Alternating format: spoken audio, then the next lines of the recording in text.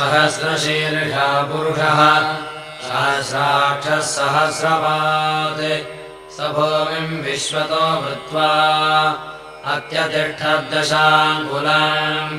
पुरुष एवेदकम् सर्वम् यद्भूतम् यश्च भव्यम् उतामृतत्वशेषाणः यदन्येनाधिरोहति एतावानस्य महिमा अतो ज्ञायागिश्च पूरुषः पादोऽस्य विश्वभूतानि त्रिपादस्यामृतम् दिवि त्रिपादोर्धौतैत्पुरुषः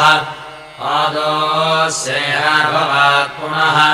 ततो विश्वम् व्यक्रामते शासनानशने अभि तस्माद्विराटजायत